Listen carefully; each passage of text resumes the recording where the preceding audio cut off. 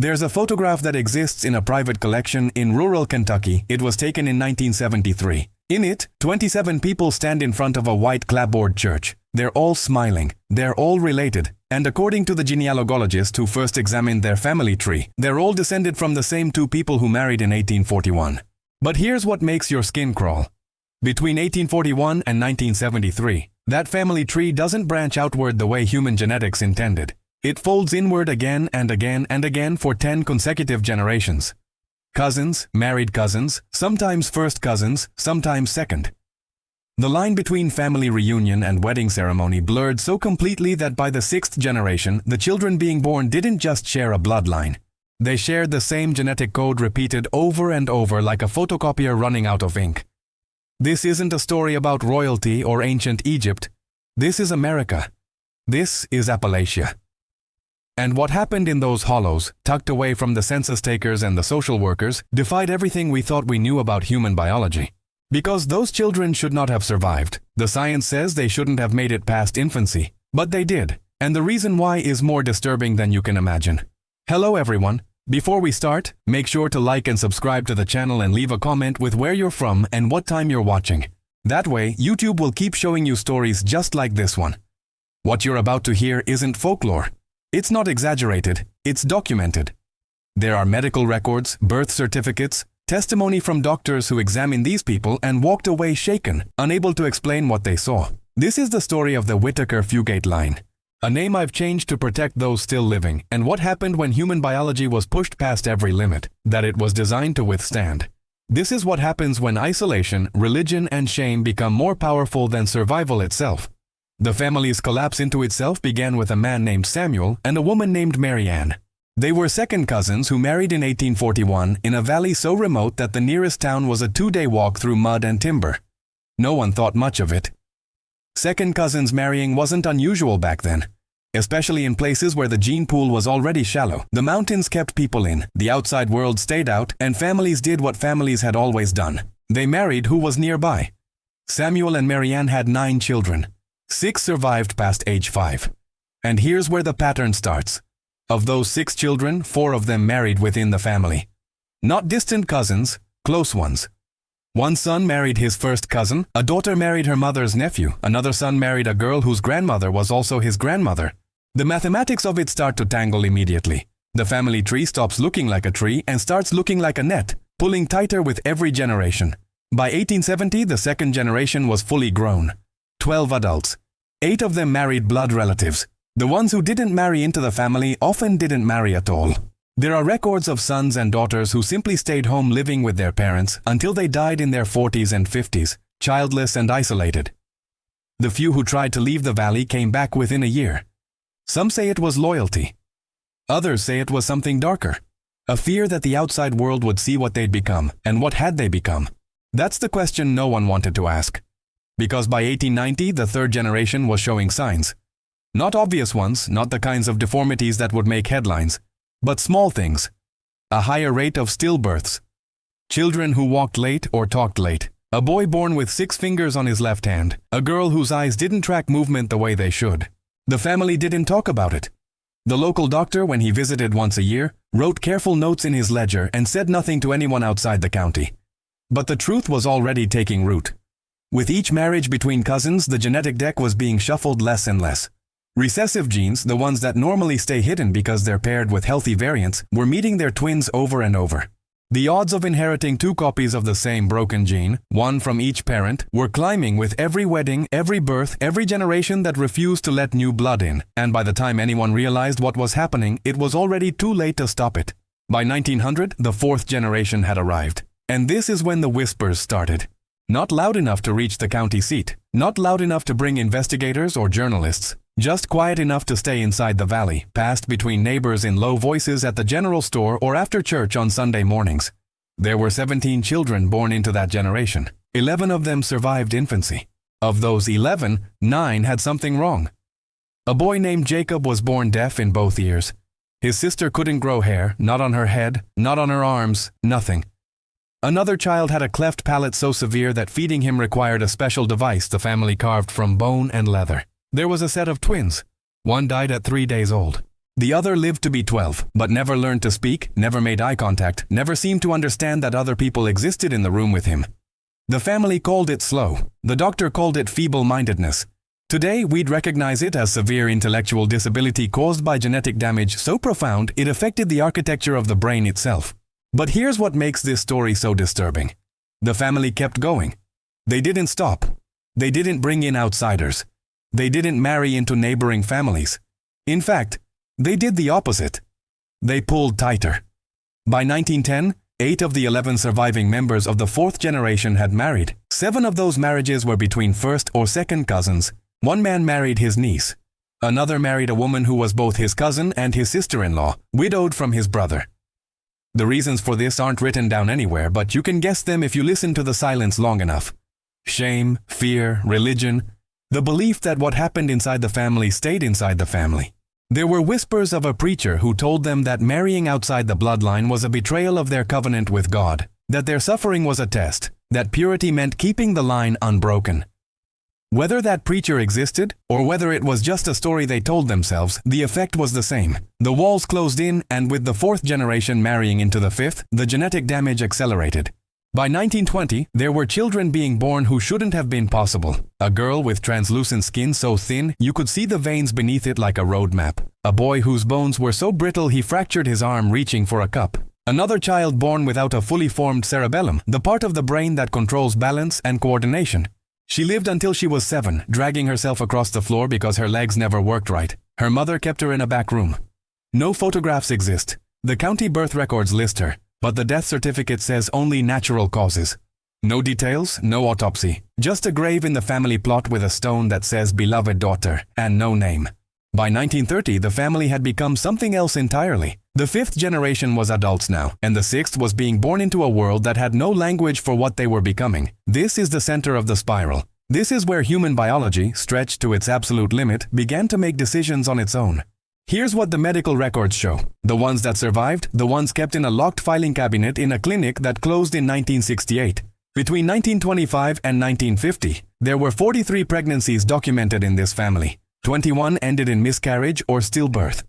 Of the 22 live births, 9 children died before their 5th birthday. That's a mortality rate of over 70% when you combine it all. In the general population during that same period, infant mortality was dropping nationwide. Medicine was improving. Antibiotics existed. But none of that mattered here because the problem wasn't infection or disease. The problem was written into every cell. The surviving children from generations 5, 6, and 7 showed patterns that doctors at the time struggled to explain. There were 3 siblings born in the 1930s, 2 boys and a girl who all had the same condition. Their eyes were pale blue, almost gray, and they couldn't tolerate sunlight, not sensitive to it. Couldn't tolerate it. Exposure caused their skin to blister within minutes, their eyes to swell shut. They lived nocturnally, sleeping during the day, emerging only after dusk.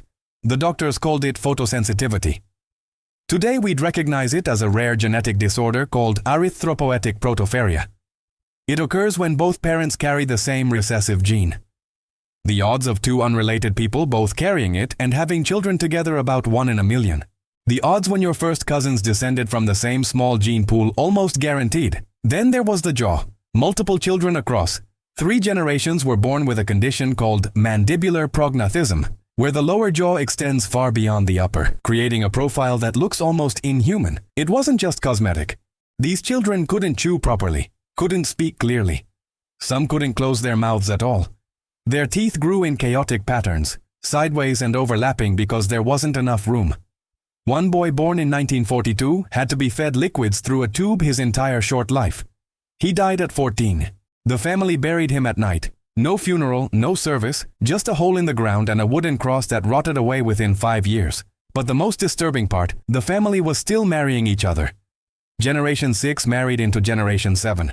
A man born in 1935 married his first cousin in 1954. They had 4 children. 2 were stillborn. 1 lived 3 days. The 4th, a girl, survived. But she was blind, deaf, and unable to walk. She lived until she was 19. Cared for entirely by her mother, never leaving the house, never seen by anyone outside the family. When she died in 1973, the same year as that photograph I mentioned at the beginning, the coroner listed cause of death as failure to thrive. That's a term usually reserved for infants. But it fit. Her body had simply given up. And yet, the family continued because by this point, it wasn't just tradition or religion or isolation. It was something deeper. It was the belief that this was normal, that everyone lived this way, that the outside world was the aberration, not them. Now we need to talk about what was happening beneath the surface, because the real mystery isn't just that these children were born with severe genetic disorders. The real mystery is that any of them survived at all. When first cousins have children together, they share about 12.5% of their DNA. That doesn't sound like much, but it's enough. It's enough that recessive genes, the damaged, broken, or malformed instructions hidden in everyone's genetic code, have a much higher chance of meeting their match. When that happens, when a child inherits the same faulty gene from both parents, the body can't compensate. The defect expresses itself fully. Most of the time, this results in miscarriage. The pregnancy fails in the first trimester because the genetic errors are so severe, the embryo isn't viable. Nature has a built-in fail-safe. It stops the process before it goes too far. But in this family, that fail-safe was being overridden. And by generation 7 and 8, the children being born weren't just carrying 1 or 2 recessive disorders. They were carrying 5, 6, 7 overlapping genetic failures. Their immune systems were compromised. Their organs developed incorrectly. Their blood didn't clot properly. And yet, some of them lived. Some of them made it to adulthood. Some of them even had children of their own. How? There's a theory in evolutionary biology called genetic purging. It suggests that when a population becomes extremely inbred, the most severe genetic mutations get weeded out quickly because they're lethal. The individuals who survive are the ones who by sheer chance didn't inherit the worst combinations. Over time, the population becomes more genetically uniform, but also more resilient to the specific mutations that remain. It's a brutal process. It kills most of the offspring, but the ones who survive are in a strange way adapted to their own brokenness. That's what may have happened here. By generation 8, born in the 1960s and 70s, the children who survived infancy were still sick, still struggling, but they were surviving at slightly higher rates than their parents or grandparents had. Not because the family was getting healthier, but because the genetic load had been, for lack of a better word, stabilized. The most lethal combinations had already killed everyone who carried them. What remained were the mutations that allowed for life, even if that life was painful, short, and limited. But there was a cost, and the cost was humanity itself. Several children born in Generation 8 exhibited something that terrified even their own family members: a lack of emotional affect, an inability to bond. They didn't cry as infants, didn't smile, didn't react to pain the way other children did.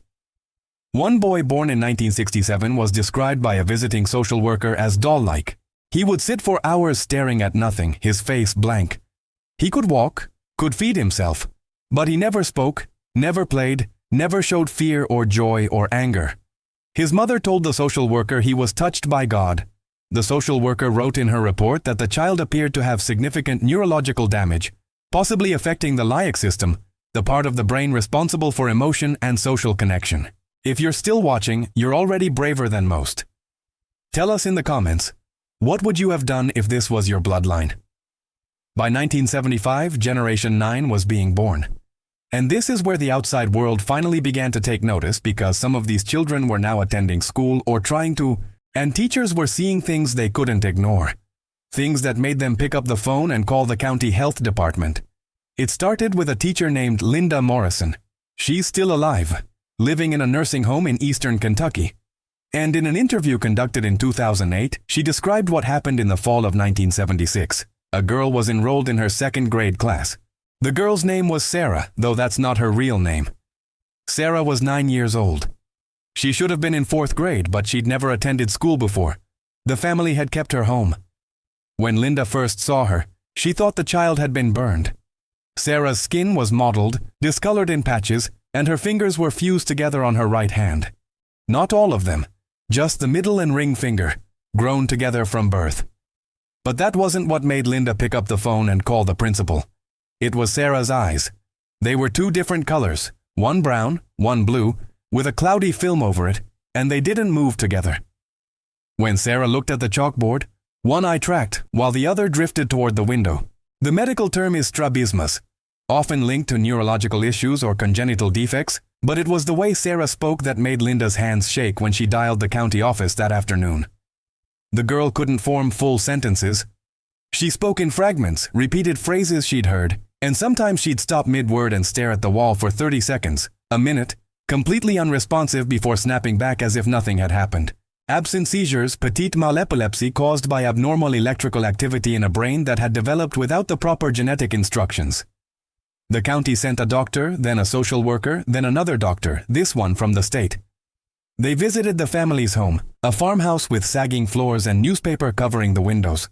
Inside, they found 6 other children, ages ranged from 3 to 16. All of them showed signs of severe inbreeding. The oldest boy had a skeletal deformity that caused his spine to curve so sharply he walked bent at a 45-degree angle. A younger girl had feet that turned completely inward. The bones fused in the wrong position. She walked on the sides of her feet, had done so her entire life, and the calluses were thick as leather.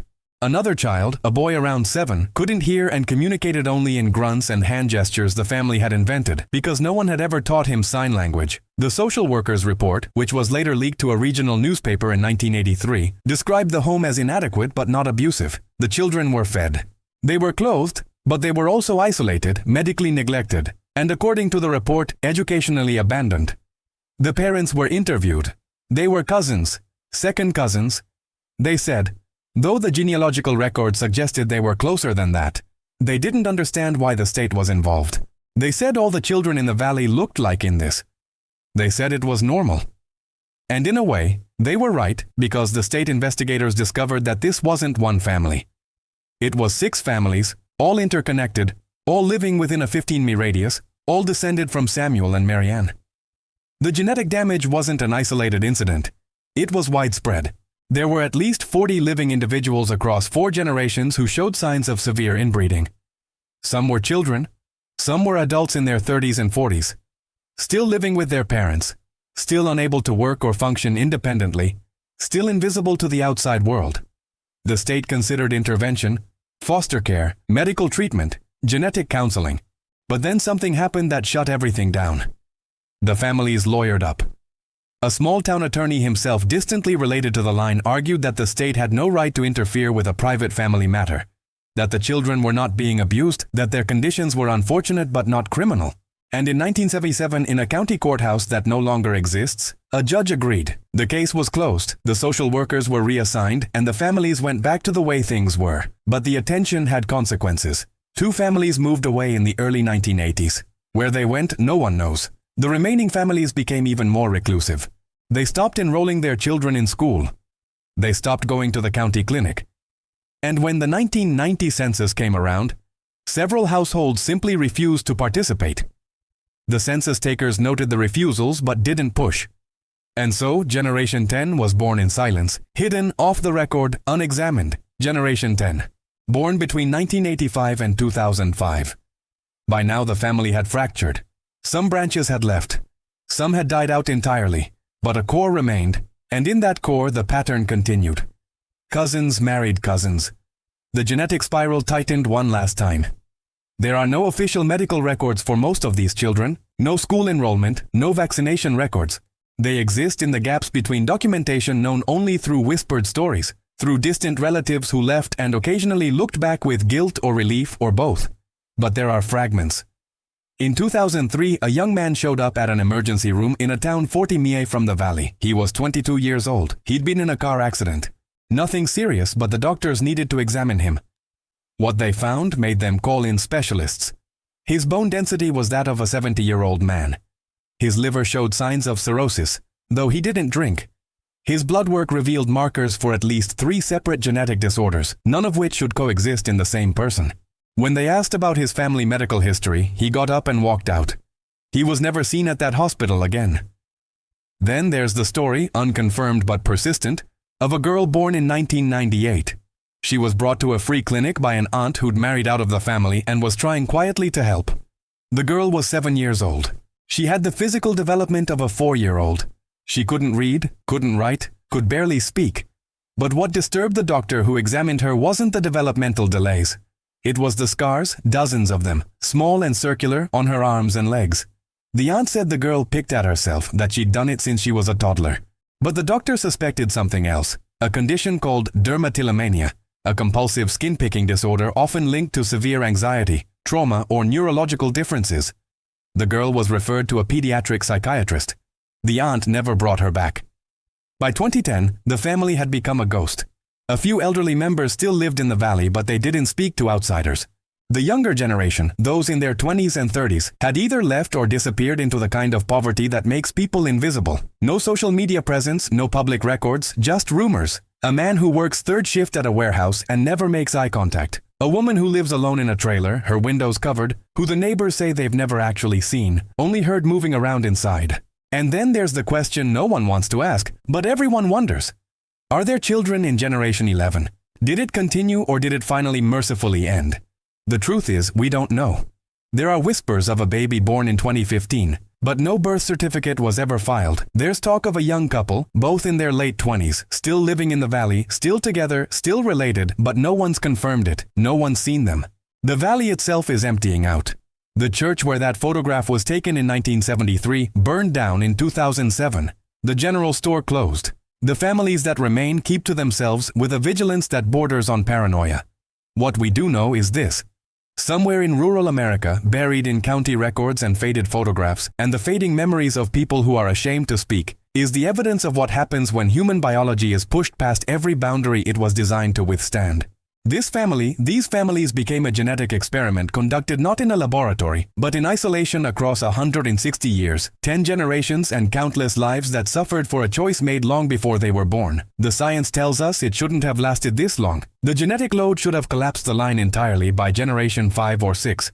But humanity is resilient in ways we don't fully understand. Even broken, even folded in on itself, even trapped in a cycle of damage and repetition, life finds a way to continue. Not thrive, not flourish, but continue. And that might be the most haunting part of all, because these people didn't ask for this, they were born into it. They inherited not just genes, but a legacy of silence, shame, and a kind of suffering that has no name. Some of them are still alive today. Some of them are watching this video. Maybe wondering if anyone will recognize the details, wondering if their secret is finally out. If you made it this far, you've witnessed something most people will never see. A story buried so deep that even now telling it feels like trespassing on sacred, cursed ground. Leave a comment. Tell us what you think. Tell us if you've heard whispers of families like this in your own towns, your own histories. Because the truth is, this didn't just happen once. It's happened before. It's happening now. And it will happen again. Wherever isolation meets shame. Wherever secrets become more important than survival. Thank you for watching, and remember, some stories don't have endings,